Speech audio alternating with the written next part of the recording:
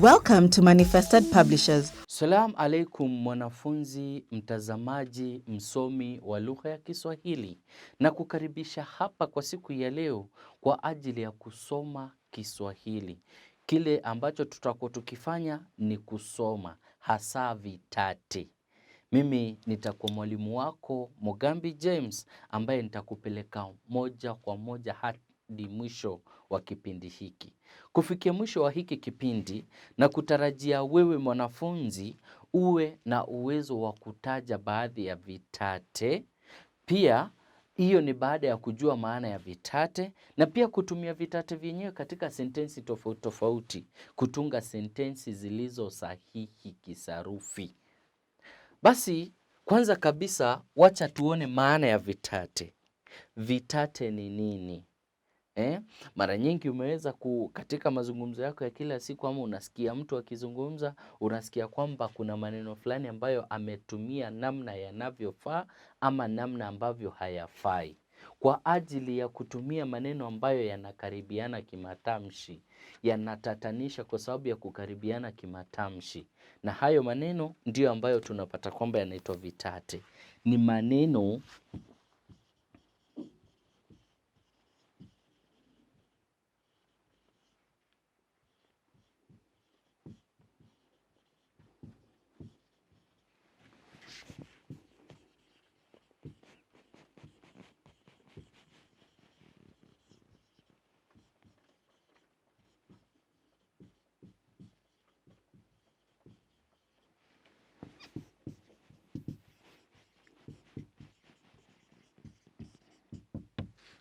maneno yanaitwa vitate kwa sababu ni maneno yanayotatanisha kwa sababu ya kukaribiana kimatamshi.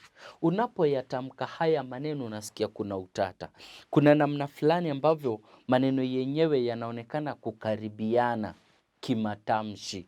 Kwa mfano, nataka nikupe mifano ya vitate ambayo unaweza ukakumbana nayo katika mazungumzo yako ya kila siku, katika kuzungumza na wenzako kule shuleni, darasani, nyumbani au kwingine kokote kule. Lakini sasa leo nataka pia tujaribu kutoa ule utata ili isije kuwa unashindwa kujua maana tofauti za maneno kama hayo. Mifano ya vitate.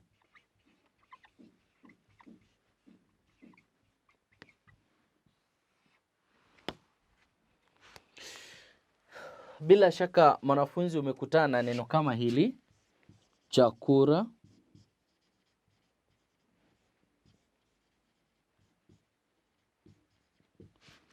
angalia haya maneno.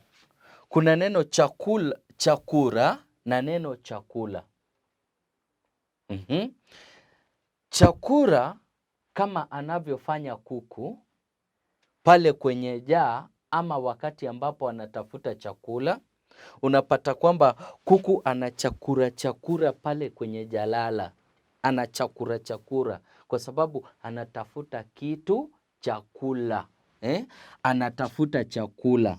Chakula ni kitu ambacho anaweza kutia kinywani, labda ameze hadi kwenye tumbo. Hicho ndicho chakula. Kwa Kiingereza ni food. Basi hapa anachakura akitafuta chakula. Anachakura akitafuta kitu cha kula, kuku. Aya, kuna neno kobe na kope. Kope. Kobe mnyama anayeitwa tortoise. Sijui wazungu wengine wanasema ni tatas, sijui wanayasema vipi hayo. Kobe, pia kuna kope za macho. Kope za macho hizi. So kuna kobe na kope. Unasikia hayo maneno yanakaribiana kimatamshi na ndiyo maana yanaitwa vitate. Ni maneno yanatatanisha. Kuna neno karamu na kalamu. Karamu na kalamu. Angalia hayo maneno. Karamu ni sherehe kubwa sana ambayo ina vinywaji na vitu vya kula. ndiyo ambayo inaitwa karamu, hafla kubwa ambayo ina chakula, ina vinywaji. Lakini kalamu ni ile ambayo unatumia kuandika hapo ulipo, unayoitumia kalamu. Hivyo basi karamu, karamu, kalamu. Angalia jinsi lilivyoandikwa. Haya, zaidi kuna neno jingine kama vile papa, papa na baba. Papa na baba. Angalia hayo maneno mawili. Papa, samaki mkubwa tena hatari sana wa baharini, ambaye anasababisha ajali nyingi sana kule kwenye bahari au kwenye maziwa makuu. Alafu baba ni mzazi wa kiume. Baba ni mzazi wa kiume. Haya, kuna neno koti na goti. Koti na goti. Koti, goti. Koti kama hili ambalo nimelivaa mimi, hili ni koti. Goti, sehemu ya kati ya mguu. Sehemu ya kati ya mguu. Kwa Kiingereza unasikia ni knee. Hiyo ndiyo sehemu inayoitwa goti. Aha, Juma amevaa koti refu linalomfika kwenye magoti ama linalomfika gotini. Umesikia jinsi nilivyotunga sentensi yenyewe. Haya, kuna neno jingine kama vile vaa, vaa na faa.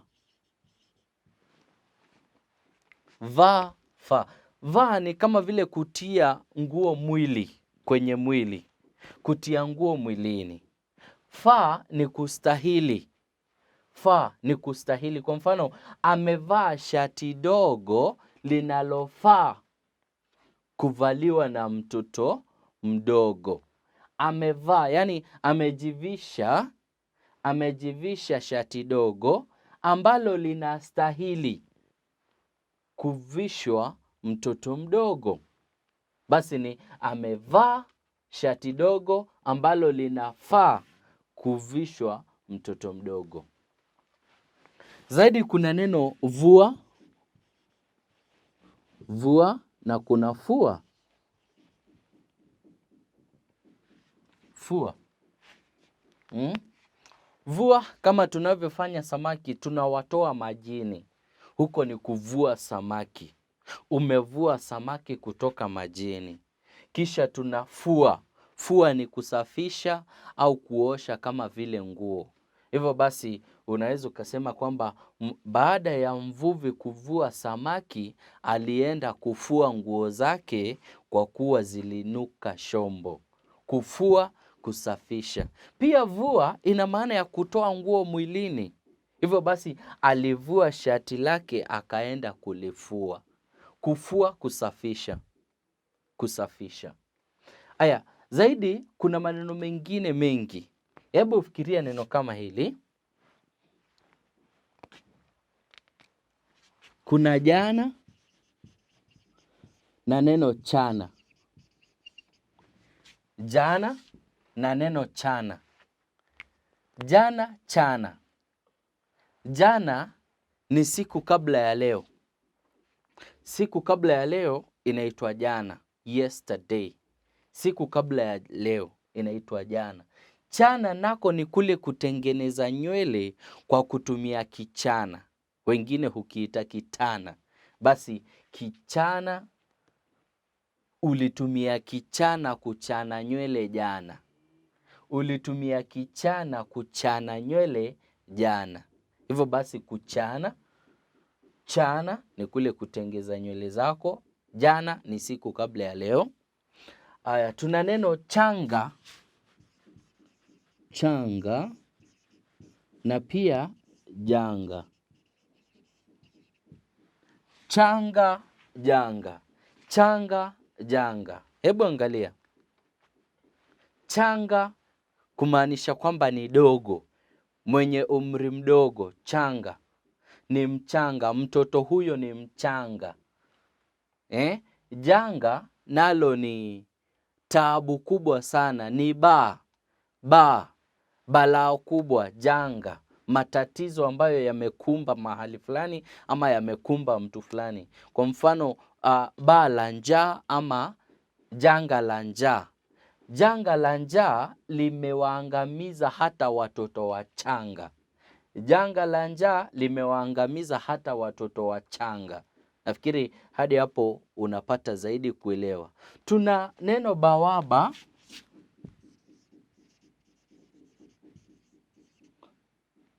Na bawabu. Bawaba, bawabu. Bawaba, chuma kinachoshikilia mlango ama dirisha. Kisha bawabu ni anayelinda lango. Watchman, gateman, mlinda lango ni bawabu. Bawaba, chuma kinachoshikilia mlango au dirisha. Basi bawabu alipokuwa akilinda lango, aligundua kwamba bawaba nyingi zilikuwa zimeshika kutu. Aligundua kwamba bawaba nyingi zilikuwa zimeshika kutu. Hivyo basi akaenda kununua nyingine. Basi mifano ya vitate ni mingi tu. Nataka tuweze kuendelea kusoma hii mifano hasa katika mazoezi. Tunapoendelea kufanya mazoezi mengi, ndivyo tunavyoweza kukumbana ama kukutana na vitate vingi. Nimekutajia vitate, nikasema mambo kuhusiana na chakula, neno chakula. Nikatunga sentensi kwa kusema kwamba kuku alichakura kwenye jalala ili apate chakula cha kuwapa vifaranga wake. Neno kobe, kope. Kobe nikasema ni aina ya mnyama mwenye gamba gumu ambaye anajificha hadi kichwa chake kwenye gamba lenyewe. Mzee kobe, wengi hupenda kumuita mzee kobe kwa ajili ya jinsi ambavyo gamba lake linaonekana kama ni kongwe sana. Kope nazo nikasema ni zile za macho hizi. Wakati mtu unapepesa kope namna hii. Hivyo basi aliona kobe, akashtuka, akakaa tutwe tu bila hata kupepesa kope zake za macho. Ni mfano wa sentensi. Alipomwona kobe alistaajabu, akakaa tutwe bila kupepesa kope zake za macho. Karamu nikasema ni sherehe kubwa ambayo kuna vyakula, kuna vinywaji na kila kitu ambacho tafrija, vyote moto moja. Kalamu. Basi unaweza ukatumia kalamu kwa ajili ya kupanga karamu yenyewe. Tulitumia kalamu, mwenyekiti wa sherehe alitumia kalamu, mwenyekiti wa karamu alitumia kalamu kupanga mpangilio wa matukio katika karamu hiyo. Papa, baba. Ingawa baba ni mvuvi, anaogopa papa sana. Papa wakubwa wa baharini. Ingawa baba ni mvuvi, anaogopa papa sana. Sababu ni hatari. Koti, papa tukasema ni samaki mkubwa, tena ni hatari. Shark. Nafikiri unajua shark. Shark ni samaki wengine hatari sana. Anakula watu, anakula naye pia analiwa. Kuna methali ambayo inasema ni kitendawili, ala aliwa ala yuala. Ala aliwa aliwa yuala. Ina maana kwamba papa anakula na pia yeye analiwa. Zaidi kuna koti na goti. Koti nikasema kama hili vazi la ambalo nimelivaa mimi ni koti. Hivyo basi goti nayo nikasema ni sehemu katikati ya mguu, sehemu ambayo tulisema kwamba nikatunga sentensi. Juma alivaa koti lililomfika kwenye goti ama kwenye magoti. Kuna vaa na faa. Nikasema vaa ni kutia nguo mwilini, faa ni kustahili. Vua ni kutoa nguo mwilini ama kutoa samaki majini, fua ni kusafisha.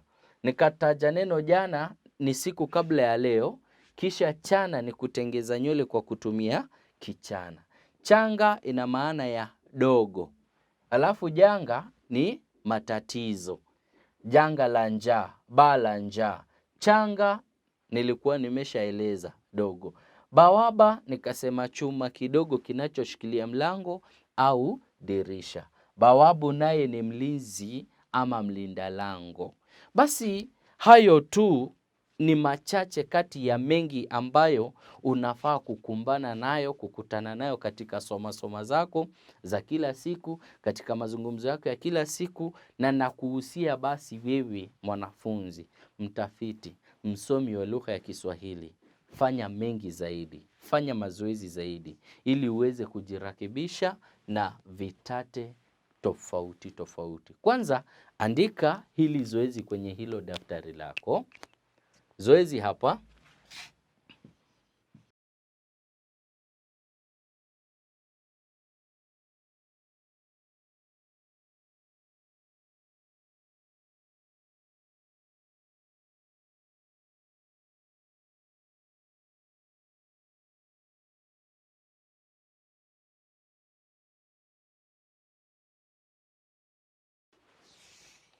Basi mwanafunzi, naomba tuangalie hapa kwenye ubao. Umeshaandika haya, nataka niamini hivyo, kwamba zoezi lenyewe linakutaka utunge sentensi kwa kutumia jozi zifuatazo za maneno. Jozi inamaanisha pairs. So hivyo basi una neno va na fa, nimeeleza maana hiyo. Kuna vua na fua, kuna fuma na vuma. Kufuma ni kama vile kudunga kwa mkuki, kwa mshale, ama pia kufuma fulana, kule kutengeneza ama kushona sweta. Kuna vuta na kufuta. Kuvuta kama unavyovuta kamba, na kuna kufuta kule kupangusa, kama hapa nichukue kifutio nifute hapa. Aya, kisha tuna neno chambo na jambo. Chambo ni chochote ambacho unatia kwenye ndoana, ama kitu ambacho unatia kwenye mtego ili kiweze kunasa, kama vile panya, kunasa samaki. Mitego yote inatiwa chambo ili kiweze kuvutia anayenaswa ama kinachonaswa. Jambo inaweza kuwa kama vile jambo fulani. Unaposema ujambo, jambo, tukio fulani, ama mambo fulani, tukio tu. Hilo jambo lake la kusema kwamba hanitaki ama hataki kusoma, si kulipendelea.